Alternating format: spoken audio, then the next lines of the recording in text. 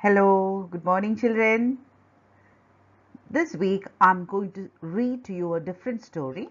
It's about a boy who doesn't want to leave his house and go to a different place. He loves that house so much. To be in the same house, he is doing lot of pranks. We'll see what it is. And come on, children, you have to listen carefully. I'm going to ask you one question. You have to answer to me. Okay? Listen. Franklin has a problem. Houses are very different. Some are huge and have gold swimming pools. Pop stars live in those. Some are in rows with a brick wall at one end and overlook a pie factory. Franklin Gates live in one of those. Number 3, Stanley Street to be exact. Some people might think I want a house with a swimming pool, but not Franklin. He loved living on Stanley Street. Everyone was friendly.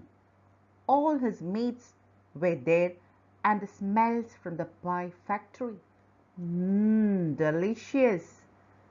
There was just one problem. Franklin's mom and dad wanted to move. His mom was expecting twins, and they needed another bedroom. I don't mind sharing mine, Franklin said. Babies cry all night. I'll wear earplugs. But his parents wouldn't listen. This house is too small, said his mom. Next day, there was a for sale sign stuck by Franklin's door. Franklin and his best friend Josh stared at the words of doom. What am I going to do, Josh? Said Franklin. Josh frowned. Has your house got problems? Number 40's got problems and no one wants to buy it. Franklin stared at number 40. It looks all right to him. What kind of problems? He asked. Oh, mice and damp and really horrible wallpaper. Franklin sighed. His house was warm and friendly, and it had just been painted. Worse luck. Mrs. Coase lived next to Franklin in a little house that had once been the corner shop. Just then she called out, Hello, lads, will you take? Before she could finish, her dog Zack leaped out of her house. He jumped up at the boys, trying to lick their faces. Yuck! Down, Zack! Josh giggled.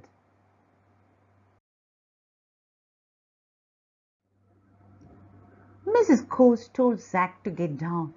He hasn't been out all day. I've been a bit wobbly, she said, tapping her legs. No worries, Franklin smiled. He didn't mind taking Zack anywhere. He loved him to bits. I'm sorry you're moving, Mrs. Coase said. So am I, Franklin grumbled. Mrs. Cobbs patted Franklin on the arm. Never mind, your house might take months to sell. For a week it looked as if Mrs. Coase was right. Only a few people came to look at the house, and none of them wanted to buy it. Franklin's mom stroked her growing tummy and looked fed up. Upstairs, Franklin danced around with his underpants on his head in celebration. Maybe he was safe. Maybe no one would buy his house.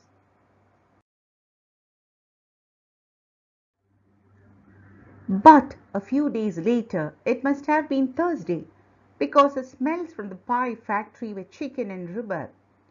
Franklin came home from school to find a man in the kitchen. His name was Mr. Bragg and was interested in buying the house. Mr. Bragg wasn't interested in Franklin.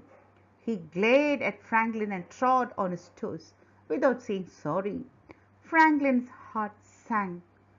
When Mr. Bragg said he wanted to come back for a second visit. Saturday morning, 10 o'clock sharp, he said.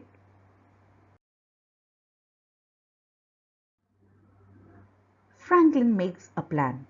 That night, Franklin had a bad dream. Mr. Bragg was sniggering at him. You wait and see, boy. I'm going to have your house. Then Franklin woke up. No, you won't. You tatty-toe cruncher, he said angrily.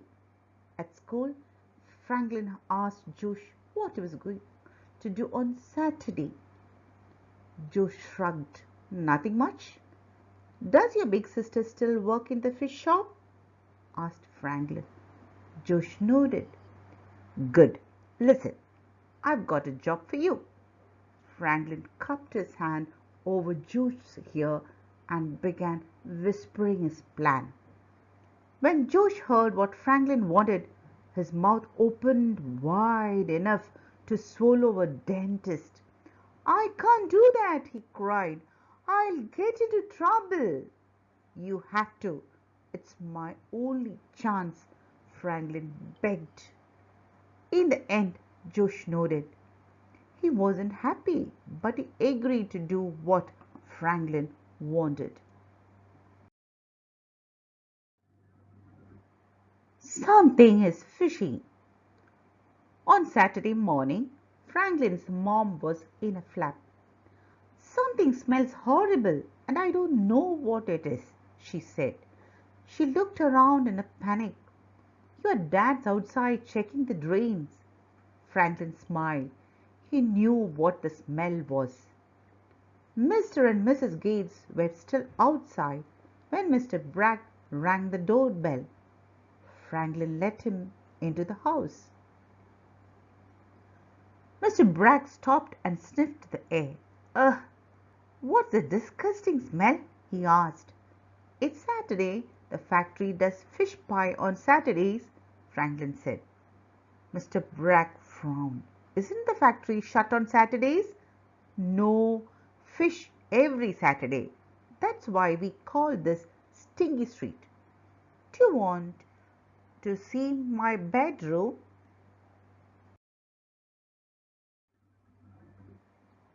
Upstairs, Franklin opened his bedroom door. Mr. Bragg pointed to a huge dark patch on the wall. What's that? He asked. Damp, Franklin said. Mom made me cover it with a poster last time. Mr. Bragg snorted. Mind the mouse, Pooh? Franklin grinned, pointing to a pile of brown lumps. It gets stuck in the carpet. Ugh! Mr. Bragg pulled a face. That's nothing, smiled Franklin. Wait till you see what the rats do. At that moment his mom arrived. Hello, she smiled. How's it going? Your son was telling me about the rats, Mr. Bragg said icily. Rats? What rats? Oh no, Franklin yelled, pointing out of the window. What is it? Asked Mr. Bragg. That horrible Josh Barrett's coming. Quick, hide, yelled Franklin. Hide from Josh? Don't be silly, Franklin's mom said, but Franklin tucked behind his curtains. Josh is a lovely boy, Franklin's mom said, amazed. But Josh banged on the front door. He shouted football songs. He even burped through the letterbox. Why, you little... Mr. Bragg gasped as Josh ran off. Would you like to see the bathroom? Mrs. Gates asked. But Mr. Bragg shook his head. You're joking. I'm not staying here another minute. He ran downstairs and out of the door. Mrs. Cox joins in. Mr. and Mrs. Gates were very angry. You'd better explain what's going on, they told Franklin. Just then there was a loud bang. It's coming from Mrs. Cox's house, Franklin's mom said, glaring at her son. Fancy getting an old lady mixed up in this. I didn't, Franklin cried. I really didn't. The banging grew louder and louder. Then Zack started barking. Something was very wrong. Mrs. and Mrs. Gates and Franklin dashed into Mrs. Coates' house. She was lying by her stairs, where she had tripped.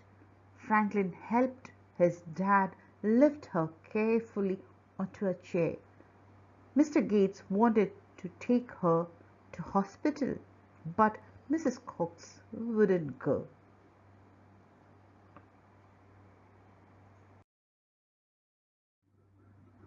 I'm not leaving, Zack, she said. So they rang her son Eric, and he came to help her.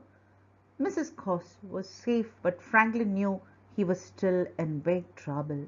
He ran back home, took the fish out of the back of the radiator. Joe's sister had given it to him. He vacuumed up the chocolate drops on the carpet in his bedroom. Then he dried the lemonade on his bedroom wall. He said sorry to Josh for getting him into trouble, too. At last he said sorry to his mom and dad. His mom was very upset. We know you love Stanley Street. We all do.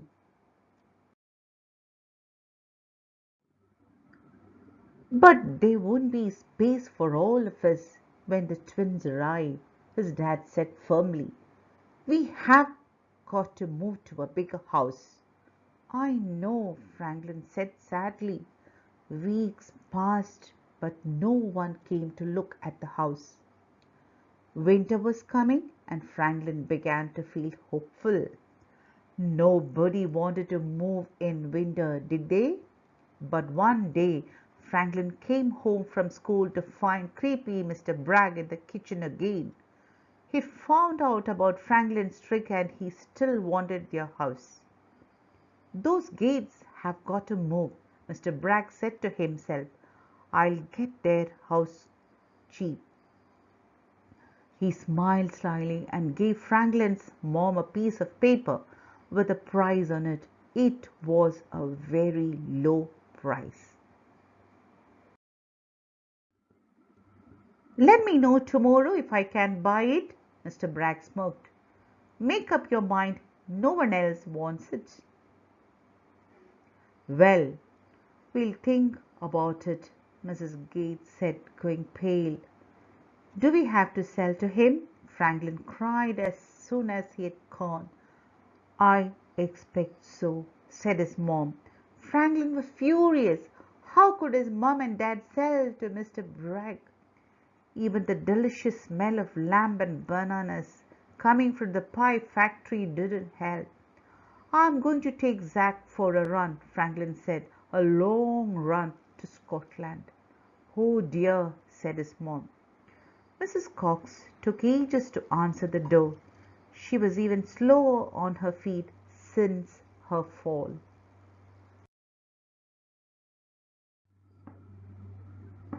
I was coming round to your house, Mrs. Cox blinked. Is your mom in? I've got something to ask her. Yes, said Franklin. He was trying to stop being licked to bits by Zack. Bring him back by tea time, Mrs. Cox called as he set off with the dog. I will, Franklin said.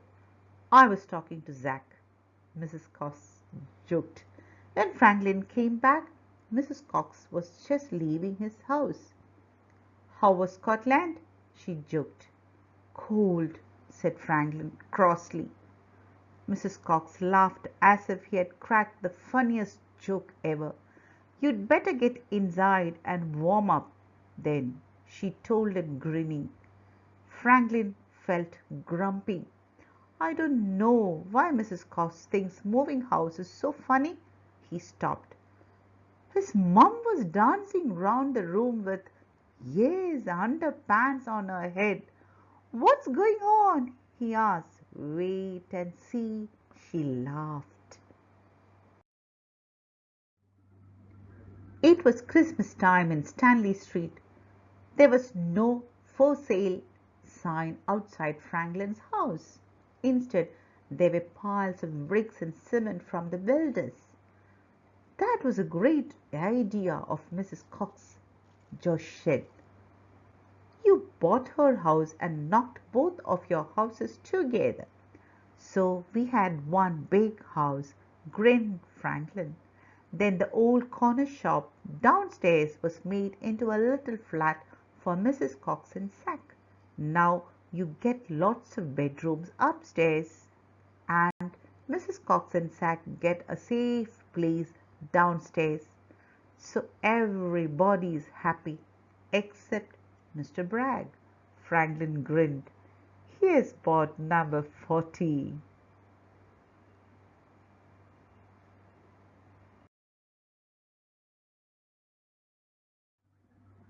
Yes, children.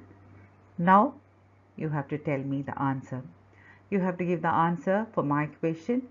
I hope you have listened the story well. It's quite lengthy. It was really quite lengthy story, but it was a very good story. I know. Now you tell me at the end of the story, all were very happy, right? All were happy, but one person was unhappy. Tell me the name of that person. The name of that character who was very unhappy.